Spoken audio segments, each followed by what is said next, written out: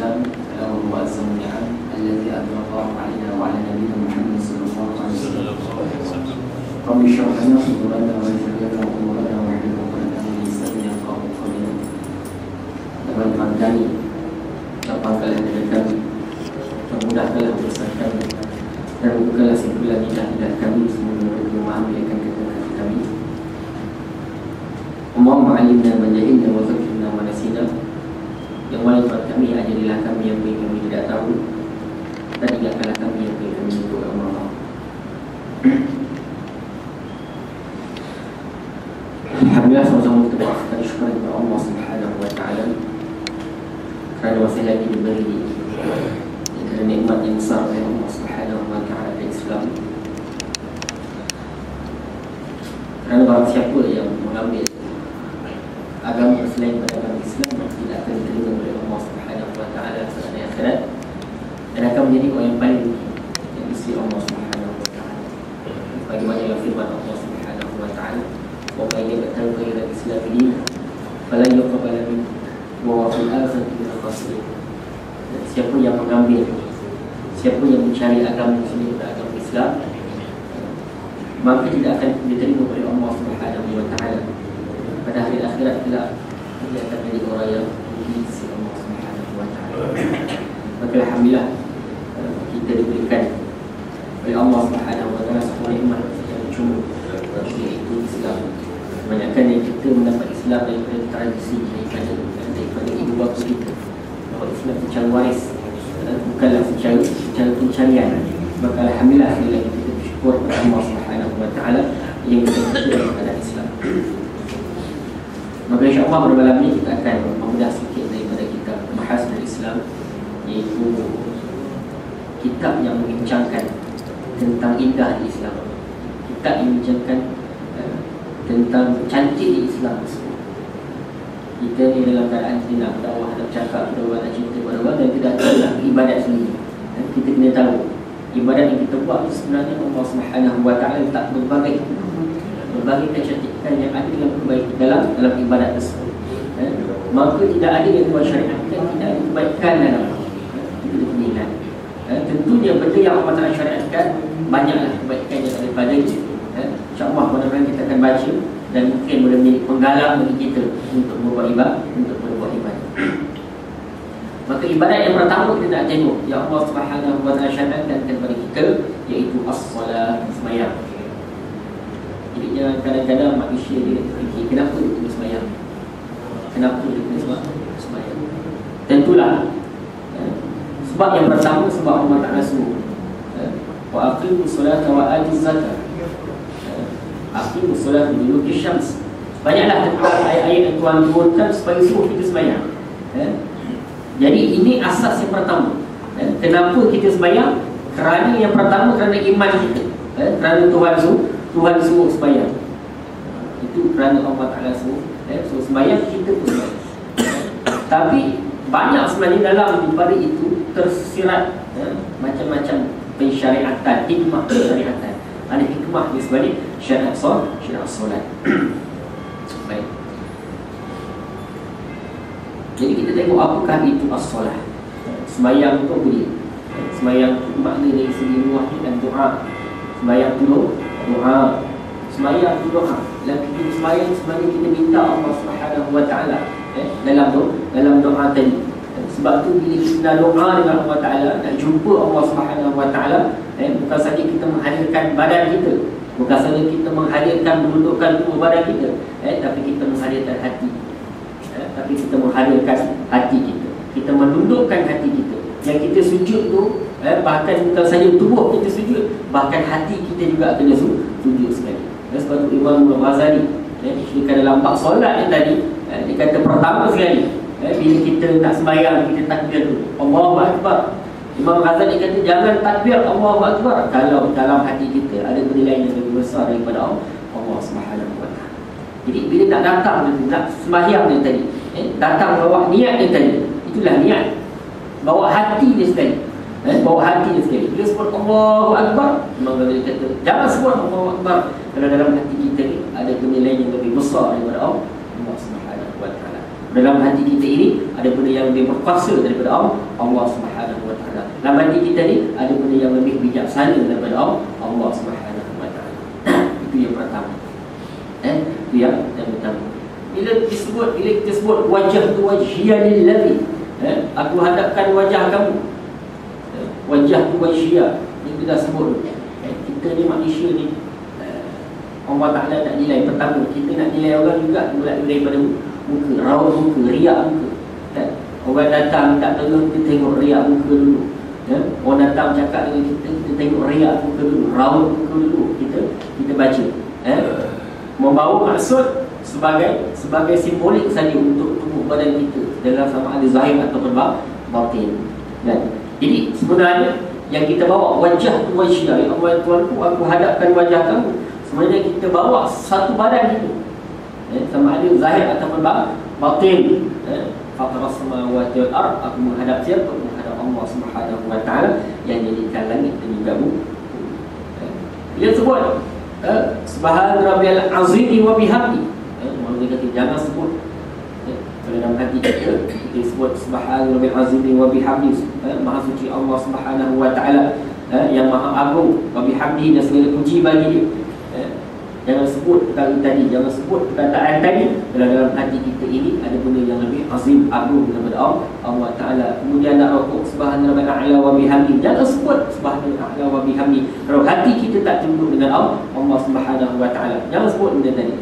Kalau benda ada benda yang lebih tinggi daripada Allah Subhanahu wa taala, kalau ada benda yang lebih hebat daripada syariat Allah Subhanahu wa taala, dan Tuhan turunkan untuk kebaikan manusia. Itu asasnya.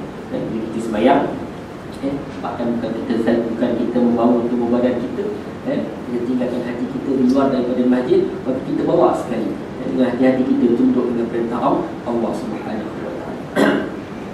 Baik, maka kita nak tengok apakah hikmah pensyariatan, hikmah masyru'ah, hikmah masyru'iyah as-salat. Apakah hikmah pensyariatan sembahyang? Baik, yang pertama sekali bila Allah SWT sebut sembahyang, tentulah yang pertama untuk menyucikan hati manusia, nak bersihkan hati manusia ni tadi, menjauhkan dia daripada segala barang maksiat.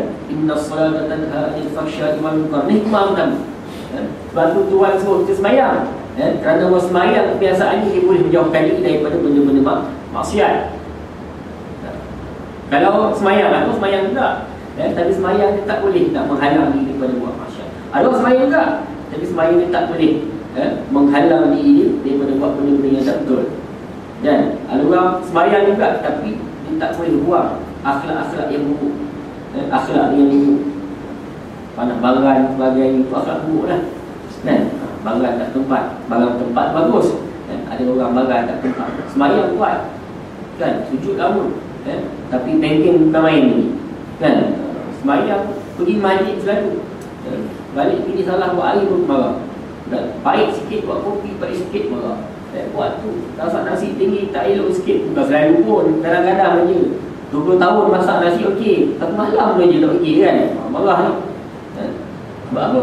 Kerana sembahyang tadi, kita tengok dia tak boleh nak mengikis sifat-sifat yang mazmumah dalam diri dia. Jadi sembahyang sepatutnya dia kena bermula daripada niat kita untuk kita mengambil wuduk kita tengok ni, wuduk tu tak tengok, sebab tak boleh sembahyang tak ada wuduk. Ma la yatimul wajib illa bihi fa huwal wajib. Dia kita sebut itu. Dan apa yang tak sempurna kewajipan, selain daripada satu benda tadi, maka benda itu juga wajib. Tentunya wuduk tadi. Maka wuduk tadi kita tengok betul tak betul kita wuduk, betul tak betul kita agak sembahyang. Jangan malu nak belajar kan, jangan malu nak belajar. Start tengok daripada wuduk kita betul ke tidak, kemudian tengok daripada solat kita betul ke tidak, bacaan kita betul ke tidak, tambah-tambah bacaan yang fard, bacaan yang rukun dalam sembahyang, antaranya Fatihah, Fatihah, selawat ke atas Nabi. Lain tak betul sangat, lain kita kan, tapi benda ni benda yang wajib betul, benda yang wajib betul. Tengok dulu bacaan Fatihah kita betul ke tidak, betul ke tidak. Kalau tak betul kita belajar. Baik, itu yang pertama. Yang kedua, solat ni menjadi penghubung di antara seorang hamba dan juga Tuhan dia. Jadi manusia ni kena ada hubungan sentiasa dengan Tuhan dia. Satu hari kita berhubung dengan Tuhan paling kurang 5 kali. Paling kurang 5 kali. Dalam sembahyang tadi kita puji Tuhan, besarkan dia, kita sucikan dia, agungkan dia, baca ayat-ayat dia. Dia tanya kita ada hubungan dengan dia. Manusia dia tak boleh lari daripada hubungan dengan Allah Subhanahu Wa Taala. Semua itu dilakukan dengan rendah diri dan khusyuk. Sebab tu khusyuk ni di antara ni para ulama, setengah ulama dia menekankan bahawa khusyuk itu jadi salah satu sebab daripada solat itu diterima. Ada sembahyang tapi sembahyang tak khusyuk, maka terbakar, maka tertolak amalan sembahyang ni. Kan? Kita ni nak khusyuk, padahal susah. Kadang rakaat pertama boleh khusyuk, rakaat kedua lagi lah, hilang dah. Macam-macam kita ingat, kepala kita ni ingat macam-macam. Nak time ada masalah tu susah lah kita nak khusyuk. Jadi cara khusyuk dia banyak cara. Itu bab lain pula. Bagaimana khusyuk dalam sembahyang itu kita nak cerita. Tapi nak cerita kat sini, khusyuk itu menjadi penyebab di antara solat itu diterima oleh Allah Subhanahu Wa Taala. Baik. Jadi sebenarnya kita ada 5 kali. Satu hari ni 5 kali. Jadi kalau sembahyang itu sebagai tempat kita nak mengadu dengan Allah Subhanahu Wa Taala. Kita ni kadang sebab tu Allah Ta'ala jadikan sembahyang kita 5 kali. Pagi subuh kita bersyukur, bangun lagi kita sembahyang. Waktu zuhur, mungkin kita dah bekerja, ada masalah, maka sembahyang tadi jadi tempat kita nak mengadu dengan Allah Subhanahu Wa Taala. Jadi sebab tu kita nak mengadu ni, dia cari tempat yang betul. Mengadu pertama sekali, mengadu dia cari Allah Subhanahu Wa Taala. Dan sembahyang tadi kita minta mengadu lah. Kalau kita ni masalah, kita mengadu pada orang dulu, cakap dengan orang dulu, minta tolong dengan orang dulu, patutnya minta tolong dengan Allah Ta'ala dulu. Sebab tu di sembahyang ni 5 kali, ada 5 kali tu mengadu kat Allah Ta'ala, mengadu kat dia dulu. Jangan mengadu kat manusia dulu. Jangan banyak kadang-kadang asal tu kita. Orang muda sekarang banyak dia tak mengadu kat orang, tak mengadu kat apa, dia mengadu kat Facebook. Ada masalah, tulis kat Facebook. Masalah lelaki ni, tulis kat Facebook. Semua kat Facebook. Satu Malaysia, satu dunia tahu dia bergaduh dengan lelaki, satu dunia tahu dia bergaduh dengan bini dia. Tulis kat Facebook. Ada wall tu kan, dekat Facebook ada wall, tulis kat wall. Kita tekan wall tu, apa yang kita rasa hari ni kita tulis kat situ. Tu orang Yahudi punya, orang Yahudi yang buat Facebook tu kan. Orang Yahudi buat Facebook tu bukan tak baik guna. Kalau guna untuk kebaikan, silakan, bagus. Walaupun asal dia buat tadi mungkin untuk benda yang tak elok, tapi kalau kita boleh gunakan untuk kebaikan, lagi bagus. Lagi bagus. Benda moden sekarang kena ada. Jadi sebab tu dia asal dia, orang Yahudi ni dia suka bila dia nak mengadu sesuatu, dia pergi pada satu dinding, dia buat satu dinding besar. Apa dia nak mengadu, maka dia pergi kat dinding tadi, dia lengkap lagi dengan letak kepada dinding, dia mengadu. Dia mengadu kat situ, dekat dinding dia mengadu. Dinding masa Inggeris tu wall kan, wall. Kalau kita buka Facebook, wall kat situ, tu tekan situ wall. Yahudi, ini cara dia, cara dia. Jadi manusia dia tadi sekarang dia tak mengadu pada Allah Ta'ala, tak nak mengadu pada manusia, tidak. Mengadu kat Facebook. Betul, adalah kawan-kawan dia tanya, cakap ke apa, ini dah lain, dah lari daripada apa yang Tuhan nak. Jadi kita ni biarlah mengadu kepada Allah Subhanahu Wa Taala. Baik. Yang ketiga, ini menunjukkan arti ibarat dan gambaran yang jelas dan maksud yang tepat. Berdiri seorang hamba serta rukuk, sujud, bacaan ayat-ayat Al-Quran, doa dan pujian terhadap Allah Subhanahu Wa Taala, semuanya itu adalah satu kesedaran tentang pengabdian yang betul terhadap Allah Subhanahu Wa Taala. Sembahyang tadi nak ceritakan bahawa satu arti ibadat yang gambaran dia jelas dan tepat. Gambaran dia jelas dan tepat. Maksudnya kita duduk ni tadi, kita berdiri ni tadi, inilah arti ibadat yang sebenarnya. Bila kita rukuk, bila kita sujud, bila kita duduk, perbuatan kita dalam sembahyang ni tadi menggambarkan arti, menggambarkan arti menggambarkan arti ibadat yang jelas. Kita menghambakan diri kepada Allah Subhanahu Wa Taala. Baik, seterusnya, sembahyang itu juga satu sumber kebahagiaan dan kelihatan minda. Kelihatan minda. Mungkin ada masalah yang tak dapat dijadikan waktu Nabi SAW menjadikan sembahyang itu sebagai satu tempat untuk dia berehat. Tempat dia rehat. Kita rasa sembahyang itu berat, satu pekerjaan yang kita kena buat. Tapi Nabi dia menggambarkan sembahyang itu satu tempat untuk merehatkan minda. Kita kena rasa bila sembahyang ni tadi, bila sampai waktu azan, kita Allah Ta'ala wajibkan sembahyang, benda ni tadi Allah Ta'ala wajibkan kita rehat semua. Jadi dekat sembahyang ni tadi tempat minda kita berehat, otak kita berehat. Kerja pakai otak kan? Rehat sekejap sembahyang, sembahyang tu rehat sekejap otak kita, rehat sekejap minda kita. Tu maknanya gitulah.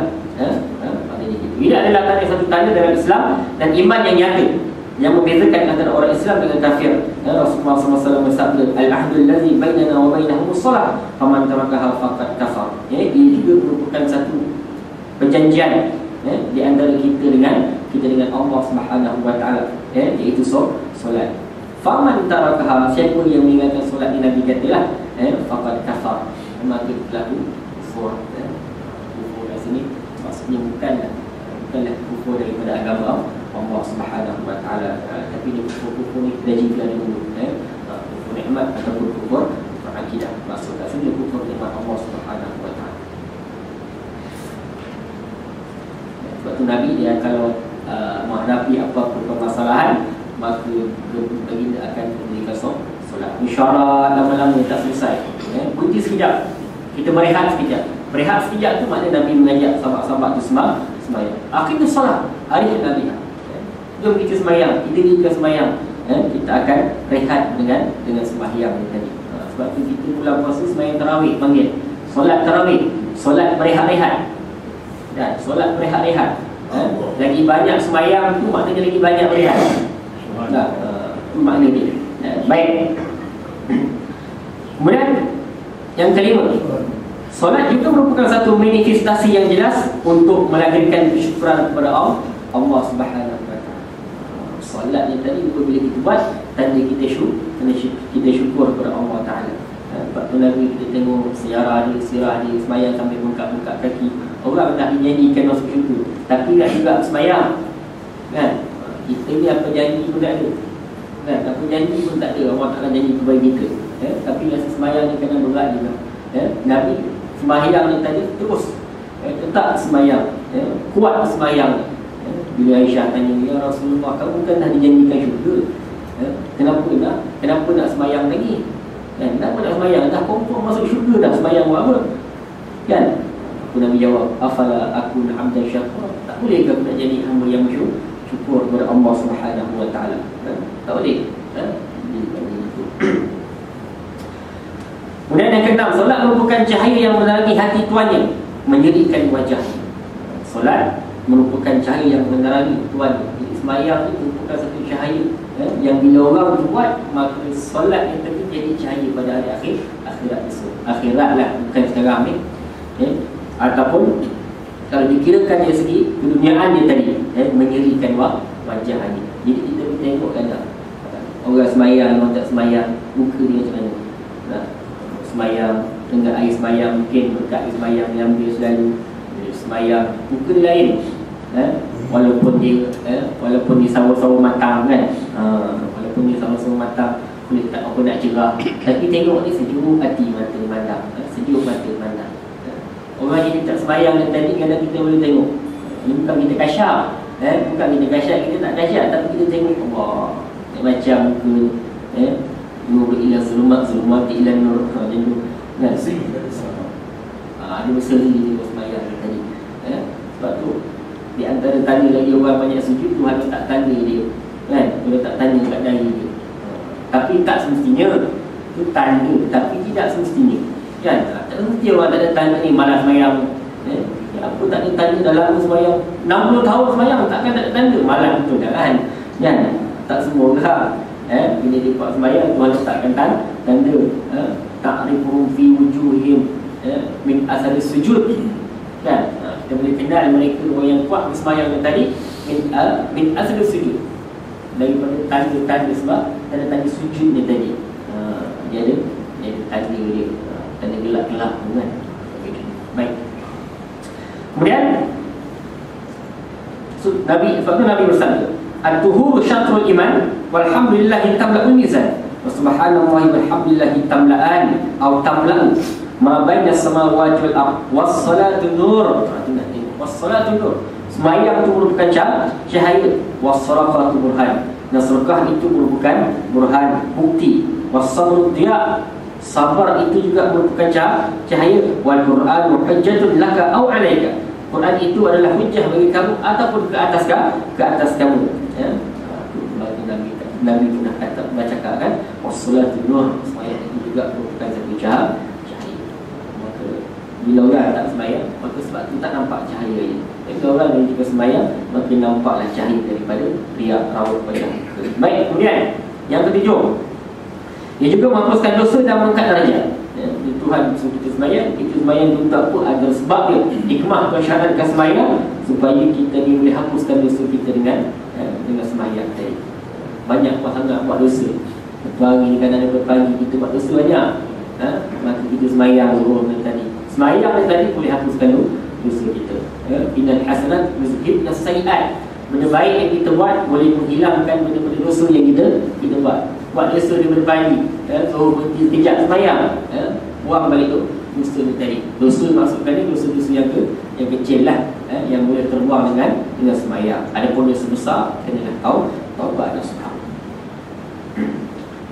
Wa aqimi solat tatarafai nahar wa zulfan minal lail. Innal hasanati yuzhibna sayyi'at zalika dzikra lizakirin. Ini kata dia. Dirikanlah sembahyang pada tepi siang, iaitu pagi dan petang, dan pada bahagian permulaan daripada malam. Mana kata tarafain nahar, pada kedua tepi siang, pagi dan juga petang. Sebab tu dalam Quran tak ada zuhur, sembahyang zuhur, sembahyang tak sebut sembahyang pagi dan sembahyang malam tadi. Tapi pagi maksudnya tarafain nahar, maksudnya subuh, zuhur dan juga asar. Masuk sekali lah, walaupun Tuhan tak tersebut. Kalau kata malam, azulfa minal lail, permulaan daripada malam, maghrib dan juga isyak, itu masuk sekali. Jadi kalau macam Syiah ni sebenarnya 3 waktu kan, subuh sembahyang lah, zuhur dengan asar. Pasal Tuhan kata pagi dan petang tu kan, petang dan juga malam. Jadi petang dia sembahyang sekali, malam dia sembahyang sekali. Dia boleh jamak, tak masalah kan. Itu antara kesesatan dia lah, kesesatan. Baik, Nabi bersabda as-salatu khams wal jum'ah ila jum'ati kafarah lima bainahunna ma lam tashul kaba'ir. Nabi kata as-salatu khams, sembahyang antara solat waktu fardu yang 5 dan satu solat Jumaat hingga solat Jumaat yang berikutnya adalah menghapus dosa dan terdapat antara kedua-duanya sebagaimana tidak melakukan dosa besar. Di antara 5 solat waktu boleh menghapuskan dosa. Di antara solat Jumaat hari ini, hari Jumaat ni dengan Jumaat depan juga boleh jadi menghapus dosa selagi tidak melakukan dosa-dosa yang besar. Kemudian yang ke-8, sembahyang itu merupakan dalil tentang kelebihan dan rahmat Allah Ta'ala yang maha besar terhadap hamba ni. Dia mewajibkan solat 5 waktu dalam sehari semalam dan membahagikan waktu di sepanjang hari. Dia kata dalil tentang kelebihan rahmat Allah yang besar kepada hamba. Ini rahmat Allah Ta'ala suruh kita sembahyang ni sebagai satu rahmat. Jadi kita rasa sembahyang ni sebagai satu benda yang susah. Memanglah kalau kita rasa sembahyang ni tak sedap, tak khusyuk, kita ni tak rasa hebat sembahyang, sebab tu kita rasa sembahyang tu susah. Baik. Dari solat juga manusia akan mendapat pahala dan ganjaran yang banyak. Ini yang kita nak bila kita sembahyang ni. Ini yang kita nak bila kita sembahyang ni. Di antara rahmat Allah Ta'ala beri dalam sembahyang, hikmah persyariatan dia, pahala sangat banyak. Pahala dia banyak sangat.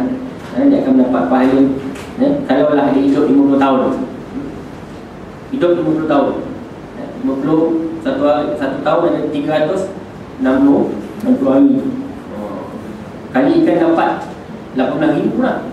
Kali 5 waktu sehari semalam, dapat 90,000 pahala sembahyang ni. Sebenarnya lah, kalau tak tinggal lah, kalau betul sembahyang kita, maka sama ada kita di sembahyang ni tadi, nakkan pahala semata-mata tu, ataupun nakkan keridaan Allah Ta'ala. Itu sebenarnya nakkan redha Tuhan, bukan nakkan faham, bukan nakkan pahala. Sebab tu kita sebut Imam Nawawi dalam kitab ditulis, manusia ni biasa terbahagi kepada tiga bahagian. Ada yang orang buat kebajikan ni tadi nak pahala, nakkan masuk syurga. Ada orang buat kebajikan nak lari daripada neraka, tak nak masuk neraka. Ada orang beramal kebajikan semata-mata nak redha Allah Subhanahu Wa Taala. Itu yang paling baik. Itu yang paling baik. Paling tak nak, tak paling, tak nak dosa. Tak nak bukan sebab takut nak masuk neraka, tapi dengan sebab nak redha Allah Subhanahu Wa Taala. Baik. Kemudian seterusnya, solat mengumpul kelima-lima rukun Islam, iaitu ia mengandungi ucapan dua kalimah syahadah dan tasyahud awal dalam tasyahud awal dan juga akhir. Ia juga seolah-olah zakat harian, apa seorang itu menggunakan sebagian waktunya untuk menunaikan solat sebagaimana zakat menyucikan harta. Begitu juga sembahyang ataupun solat menyucikan waktu, dan menyucikan seorang itu daripada melakukan maksiat pada waktu tersebut. Ibarat sembahyang tadi, Allah Ta'ala bila suruh itu sembahyang, ibarat sembahyang tadi mengumpul kelima-lima rukun daripada rukun Islam di sini. Sama macam dua kalimah syahadat ucap, kalau syahadat ada dalam sembahyang. Sama macam zakat menyucikan harta, dia menyucikan jiwa. Sembahyang juga menyucikan jiwa. Jadi tengoklah, Nabi bersabda, ara'aitum law anna nahran bi babin ahadikum yamtasilu minhu kulla yawmin 5 marrat. Nabi kata, tengoklah, kamu lihatlah, kalaulah ada sungai depan pintu rumah kamu, kemudian kamu mandi daripadanya setiap hari 5 kali, hal yabqa min daranihi syai'un, adakah kekal lagi daripada kotoran walaupun sedikit? Qalu la yabqa min daranihi syai'un. Itulah tak ada tinggal kotoran pada seorang. Sebab tu Nabi kata, fazalika mathalus salawatil khams yamhullahu bihinna khataya. Itu juga dah sembahyang. Bila orang buat sembahyang 5 waktu sehari semalam ni tadi, boleh membersihkan seseorang itu daripada dosa. Ini yang kita nak jaga tadi. Bukan kita ni, bila orang tak suruh kita sembahyang, bukan kita je kena sembahyang. Keluarga juga kita keluarga yang sembahyang. Anak-anak kita kena tengok bagaimana sembahyang tak sembahyang. Didikan anak paling penting suruh dia sembahyang ni.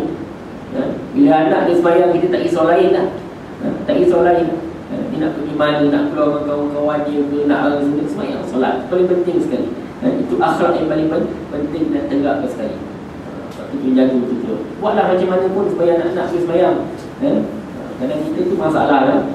Anak-anak kecil kadang rajin kita bawa masjid 2 tahun, 3 tahun, 4 tahun, 2 tahun, rajin kita bawa. Dah besar sikit, 15 tahun, 16 tahun, dah tak rajin pula.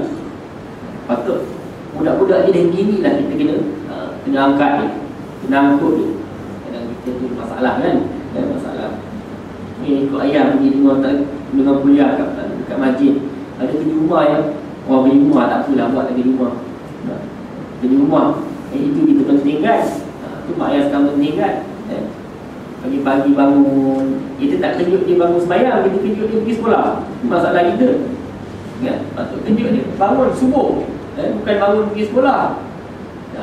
Tu maknanya gitu. Kita pun macam tu, amalkan. Bangun tu biar nak bangun subuh, bukan sebab bangun lagi dia. Kadang kita ni pergi syak time boleh, tapi solat kadang kita tak boleh jaga masa kita. Sedangkan solat itu mengajar kita menjaga masa. Sembahyang itu mengajar kita sebenarnya jaga masa. Patutnya orang Islam, orang yang paling syak dengan masa ni, dia terbaliklah. Kalau orang Melayu janji, biasalah janji Melayu. Ada program pukul 8, Masjid tetap pukul 8. Janji Melayu ni 8.30. Macam tu lah, kita janji Melayu kan? Tak betul. Patut kita Melayu Islam, penting Islam kan? Kita ni orang Islam. Orang Islam sebenarnya lebih berhak, lebih layak, lebih patut untuk menjaga masa lain daripada agama-agama lain. Solat mengandungi perbuatan dan bacaan yang khas. Sepanjang solat, seorang itu mengawal nafsu dan anggotanya daripada semua perkara yang boleh merosakkan kesempurnaan solatnya. Ketika solat, lepas daripada takbiratul ihram, maka kena jagalah sepanjang solat tadi daripada benda-benda yang boleh menggugurkan sembahyang kita. Sebab tu panggil takbiratul ihram. Takbiratul ihram. Takbiratul ihram, orang pakai ihram ni kita nak buat haji kan, buat umrah, pakai ihram. Bila pakai ihram, benda yang halal dia buat sebelum tu tak boleh buat lagi sebab dia pakai ihram. Benda yang halal dia buat bersama dengan isteri dia, itu ini banyak kan, berburu semua boleh, tapi bila pakai ihram tak boleh buat lagi. Macam tu juga kita mengangkat takbiratul ihram. Allahu Akbar, ihram ni tadi maksudnya Perkara yang halal kita buat sebelum sembahyang, dalam sembahyang kita tak boleh buat. Betul-betul kena jaga solat kita. Kita kena masak betul-betul bagaimana kita nak jaga solat kita. Ketika solat, seorang itu menghadap ke arah Masjidil Haram sebagaimana arahan Allah Subhanahu wa taala, qad nara taqalluba wajhika fis sama' falanwalliyannaka qiblatan tardaha fawalli wajhaka syatral Masjidil Haram wa haitsu ma kuntum fawallu wujuhakum syatrah. Qad nara taqalluba wajhika fis sama'. Hai Muhammad, terkadang kami melihat engkau ni suka tengok ke langit. Nabi Muhammad dulu asal kita punya kiblat di Masjidil Aqsa. Bila Nabi Muhammad ni tadi suka tengok ke langit, seakan-akan minta Allah Ta'ala turunkanlah ayat supaya aku boleh ubah kiblat ni tadi. Falanwalliyannaka qiblatan tardaha. Maka ubahlah kiblat ni tadi pada tempat yang kamu suka.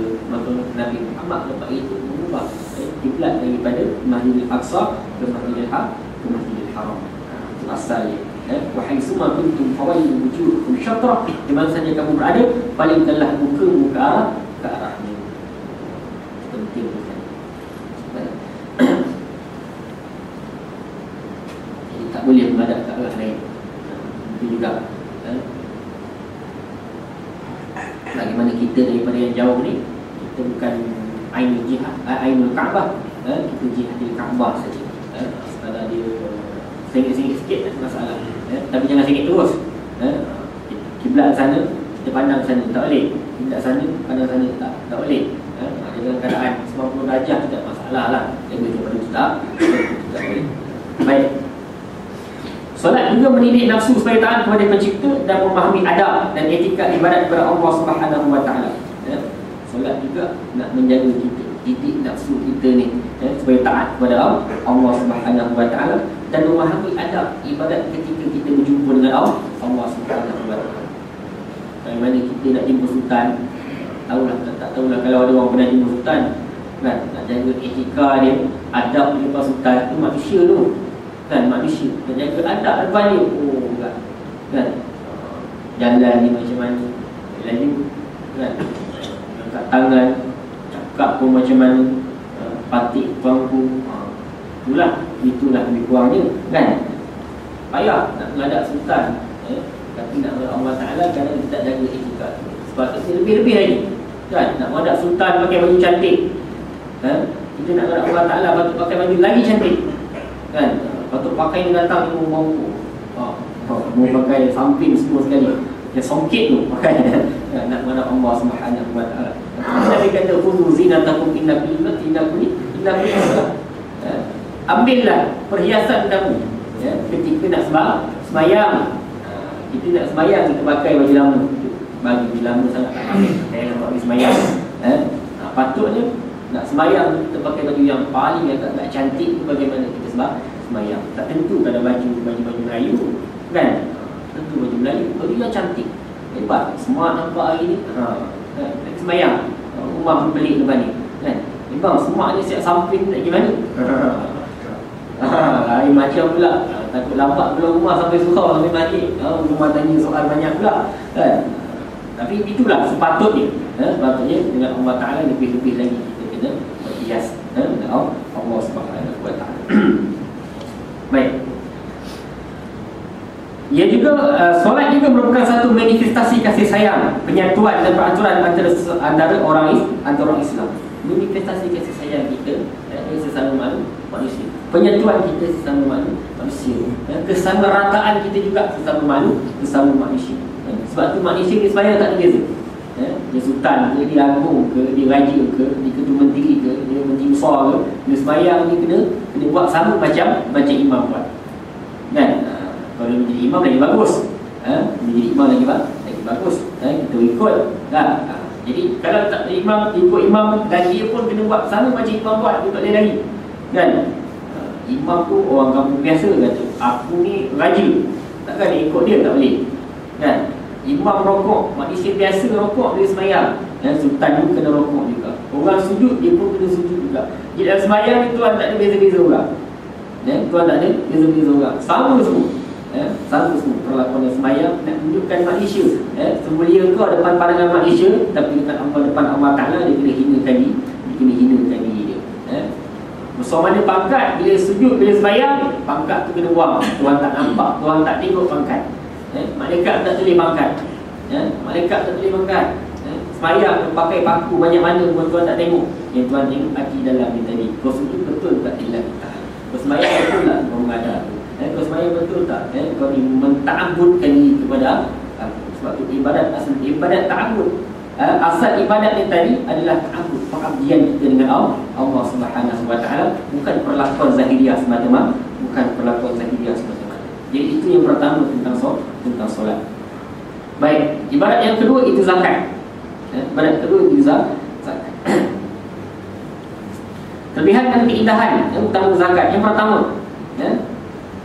Allah Ta'ala menyebut zakat bersama dengan solat dalam beberapa ayat Al-Quran. Ini menunjukkan bahawa keselamatan dan kejayaan manusia di sisi Allah Ta'ala bergantung kepada kedua-dua ini sekali.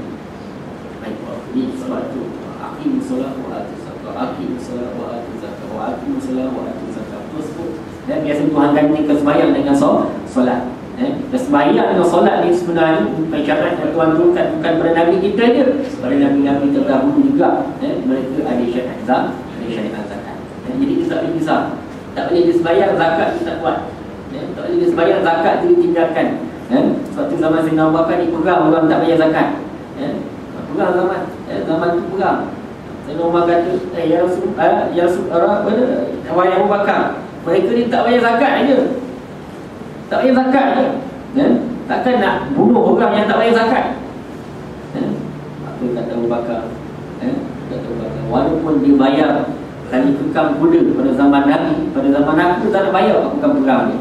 Maknanya kalau zaman Nabi tu boleh bayar, kalau sikit pun, kalau 50 sen pun, 60 sen, RM1 pun, zaman Nabi dia bayar, zaman aku dia tak bayar, aku akan pegang orang macam ni. Ini penting. Jangan Abu Bakar tengok betapa penting zakat ni tadi.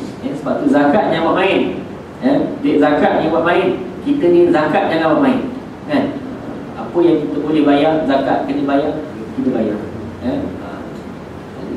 Sebab tu orang Islam sebenarnya kalau zakat ini dijaga, insya-Allah lah, zakat tu jangan kumpul duit daripada orang kaya beri kepada orang miskin, insya-Allah lah. Susah cikgu miskin kalau tak semampu ni, banyak lah orang kaya ni kan. Zakat ni terumur titik-titik betul bagi kepada miskin, insya-Allah tak ada orang miskin melarat kat kamu semampu ni. Akan datang nak bayar nak zakat ni tu tak ada orang miskin lagi dah. Jadi kena jagalah semua zakat ni tadi. Baik, yang kedua, zakat menyucikan diri daripada sifat bakhil, kerikut dan juga tamak. Wa uzduratil anfusyuh. Sebab Allah Ta'ala kata memang manusia itu tapi kan dia kerikut. Dia buat apa lah, memang dia kerikut. Kan? Dia buat apa? Memang Tuhan jadikan sifat fitrah semua jadi. Jadi nak jadi orang murah ni kena berlatih lah. Kena berlatih. Sebab tu kita latih anak-anak kecil. Semua dia buat. Walaupun ada sikit-sikit dia bagi. Jangan tunggu kaya. Kan? Aku nak bagi duit, aku pun tak banyak duit, langsung tak bagi. Nanti dah kaya bagi dia duit, tak kaya-kaya sebab tu tak bagi. Tunggu kaya pun bagi, lalah tak kaya-kaya sampai hari ni tak bagi juga. Baik. Lantana berbirra hatta tunfiqu mimma tuhibbun. Sebab tu Tuhan juga berkata lantana berbirra hatta tunfiqu mimma tuhibbun. Kamu sekali-kali tidak akan sampai kepada tahap kebaikan sampai kamu menafkahkan sebagian harta yang kamu sayang, harta yang kamu suka duit. Bagilah sedekah duit. Apa yang kita sukakan, itu yang lebih elok kita beri kepada orang. Baik, yang antara yang hukuman yang ketiga, antara hukuman dan keindahan zakat ialah mengajar manusia berakhlak mulia dengan sifat pemurah dan menghalang daripada sifat buruk seperti kikir dan tamak. Ini samalah yang tadi dikuang. Antara keistimewaan zakat juga, ia melahirkan perasaan bermasyarakat dalam setiap individu.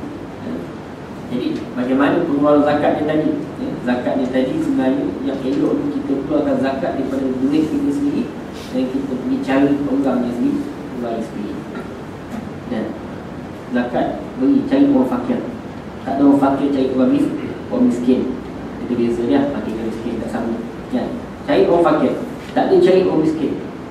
Dia cari ada 8 amil, apa tu, 8 asnaf yang kita boleh beri zakat.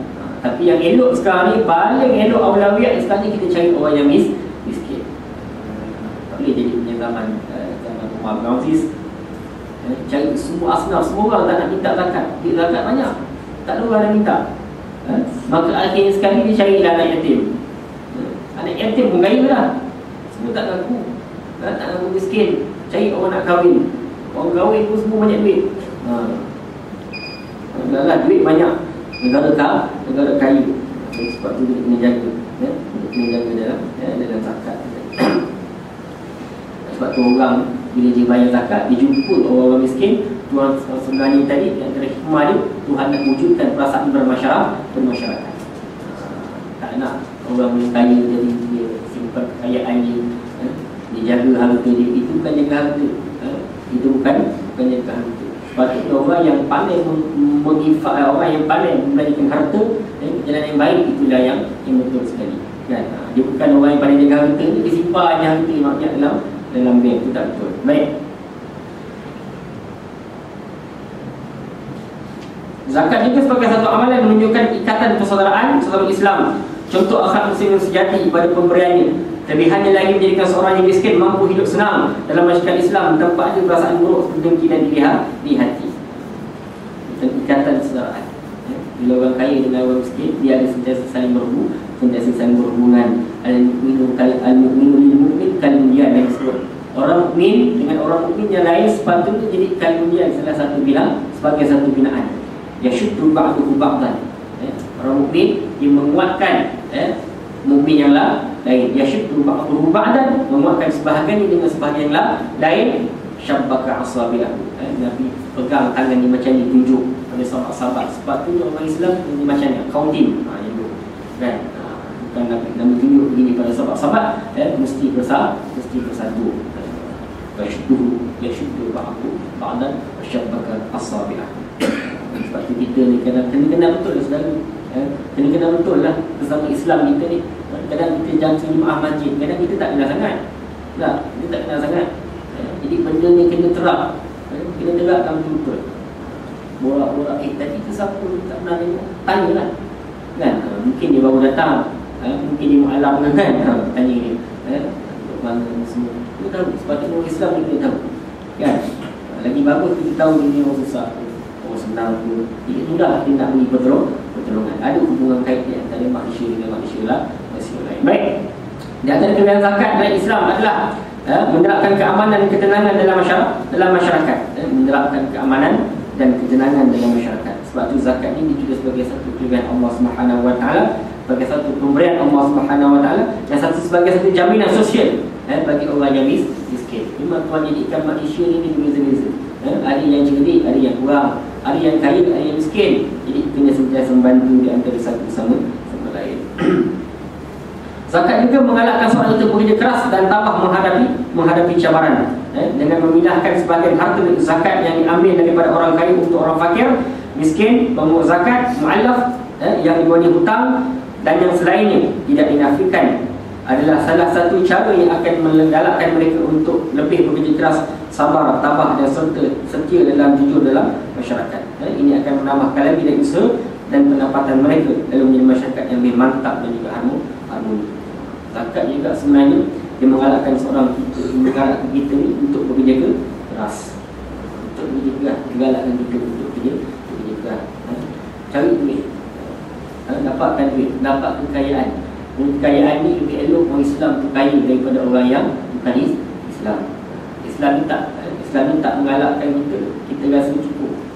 Maksudnya bukanlah kita ni nak kaya, tapi kalau kita dah kaya, apa nak buat? Kan? Dan sepatutnya kekayaan itu perlu dikejar oleh orang Islam. Itulah. Tak salah kalau kaya, tapi salah kalau bercita-cita nak jadi kaya, salah lah. Kalau kaya tak ada masalah, kan? Memang kita belajar bagus, kita belajar tinggi, usaha baik, apa semua, keluar jadi doktor, jadi itu, memang gaji dia besar, kan? Bukan maksud itu ditolak, tak? Baik.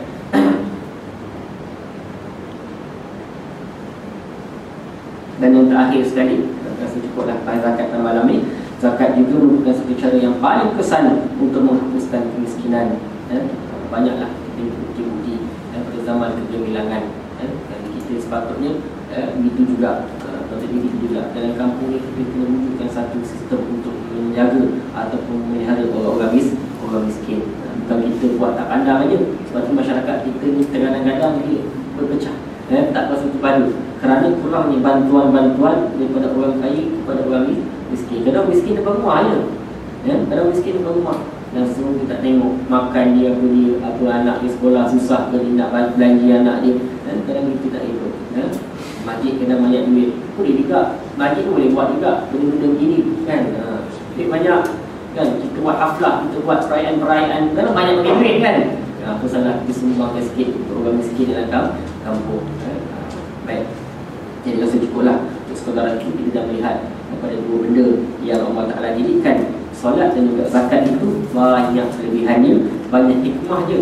Bukan syariat itu nak menyusahkan kita, bukan kita rasa zakat yang nak mengurangkan duit kita. Bahkan zakat itu juga menyucikan duit, menyucikan harta kita daripada harta kita daripada harta yang kotor. Sebab itu Tuhan nak beritahu kita, kita ni walaupun duit tu kita cari, duit tu kita punya, tapi bukan semua tu mampu, bukan semua tu milik kita, nak ceritakan. Sebab itulah bila kita jaga solat dan juga zakat ni tadi, insya-Allah masyarakat kita dia akan baik, akan menjadi ma'asabatu hasanatu min Allah wa ma'asabatu bisakin min nafs. A'udzu billahi minasyaitonir rajim. Allahumma ij'alna hadha jam'an marhum غفرنا لله تفرق معصوما ولا تجعل لهما فينا وهو معنا شاكيا ولا محروما ولا مطرودا وصلى الله على محمد وعلى اله